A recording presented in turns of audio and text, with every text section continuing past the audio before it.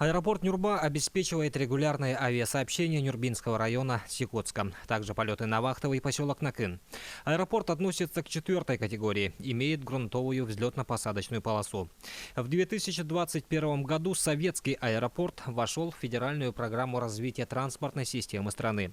В тот же год начались работы по реконструкции, и тут что-то пошло не так.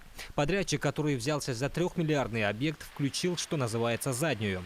В итоге контракт расторгнут, средства секвестированы. В ближайшие 2 года о возобновлении работ речи не идет.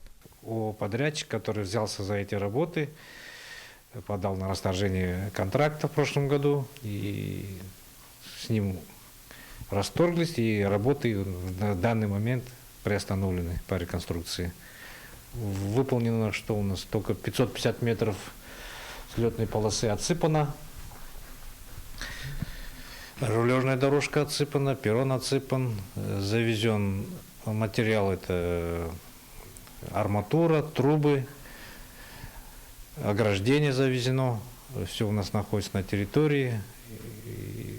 Работа, денежные средства, выделенные на реконструкцию в ноябре прошлого года, были секвестированы. И мы получили письмо от Ространсмодернизации, который сейчас курирует строительство, реконструкцию аэропортов, что в период с 23 по 25 годов мы в плане не стоим на реконструкцию. Ну и какие полеты обслуживаете? Тем не менее, работа порта не останавливается. Мы сейчас работаем на укороченной полосе 1420 метров на 75. Обслуживаем самолеты Ан-24, Ан-38 и вертолеты всех типов. Работаем на укороченной. Несмотря на все недуги, работа продолжается. Коллектив работает на полную. Кстати, считается, что в Якутии лучшие летчики нюрбинские. И это чистая правда. Между прочим, история аэропорта Нюрба неразрывно связана с Нюрбинским авиаотрядом. В 1956 году, чтобы амакинская экспедиция, занимающаяся поисками алмазов на той земле, могла спокойно работать, и был создан 192-й авиаотряд, позже ставший Нюрбинским и давший рождение местной дороге в небо. Также был вертолетный авиаотряд, который был самым крупным на Дальнем Востоке и Сибири и вторым по величине в Союзе. Обо всем этом пассажиры могут узнать, посетив музей авиации, который был создан ветераном авиации, настоящим фанатом своего дела Михаилом Тихоновым. Кстати, музей расположен прямо в здании аэровокзала и имеет свободный доступ для посещения. Данный музей авиации был создан нашим ветераном авиации Михаилом Афанасьевичем Тихоновым, ныне покойным, энтузиастом своего дела. Это все вот эти стенды он все делал сам лично, фотографии все сам собирал лично. Здесь, конечно, есть интересные книги тоже и интересные экспонаты. И наши Нюрбинский музей, вот, который ныне открытый, вот, новый, они даже у нас брали на экспозицию, брали, у нас одалживали некоторые предметы.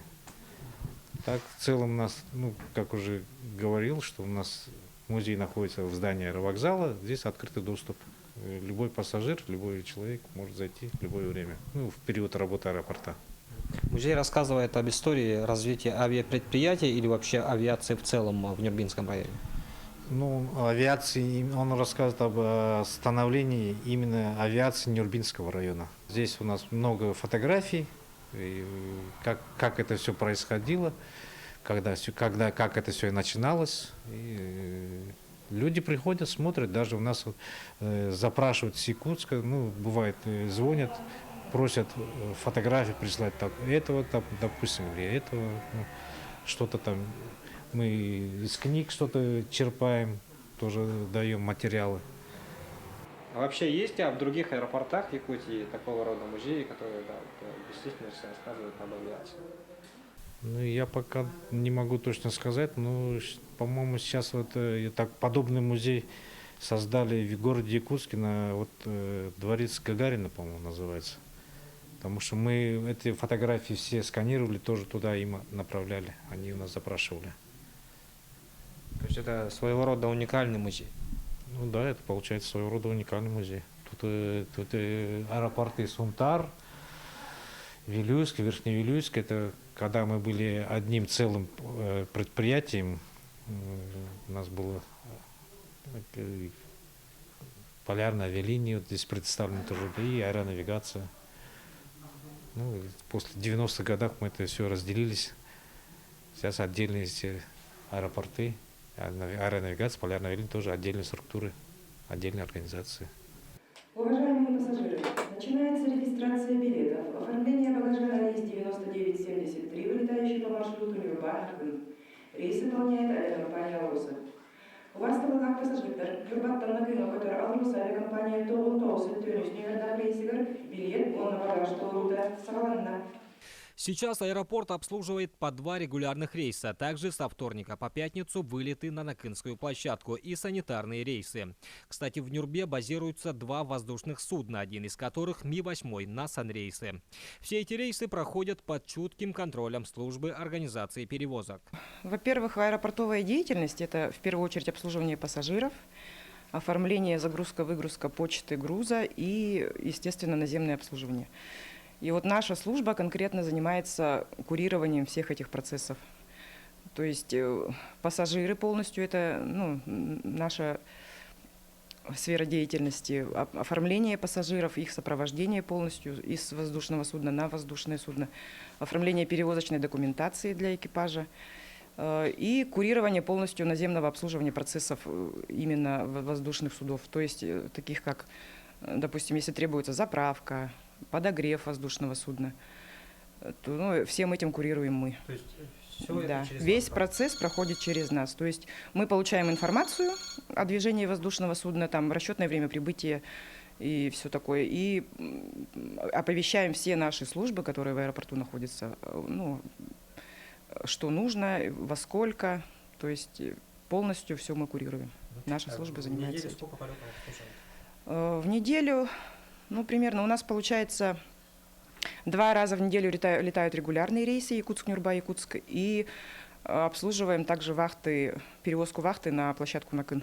Это получается у нас со вторника по пятницу они летают по 1 разу в день, иногда по 2. Вот только что обслужили еще сам рейс. Да, и плюс еще санзадание, естественно. Все работы по АСР, МЧС мы обслуживаем также, конечно.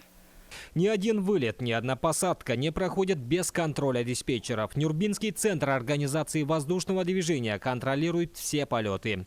Центр ОВД выполняет возложенные на него задачи по обеспечению аэронавигационного обслуживания всех пользователей воздушного пространства в 4 центральных районах Вилюйской группы с обеспечением безопасности полетов. Спросите. Заправку? Хорошо. 903 Нюрба, вышка. Заправляться будете?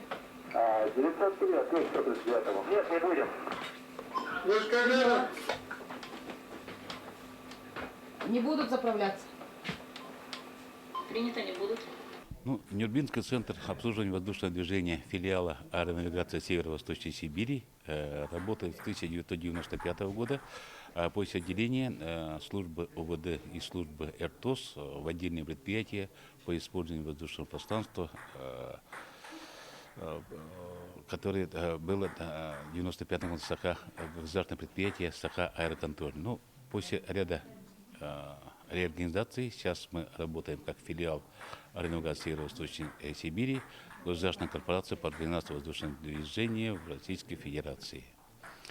В 1995 году, как мы начали работать в Нюрбинском филиале, у нас работало около 140 человек. Это была служба движения, это был диспетчерский состав управления воздушным движением и радиотехники, радиолокации, радионавигации.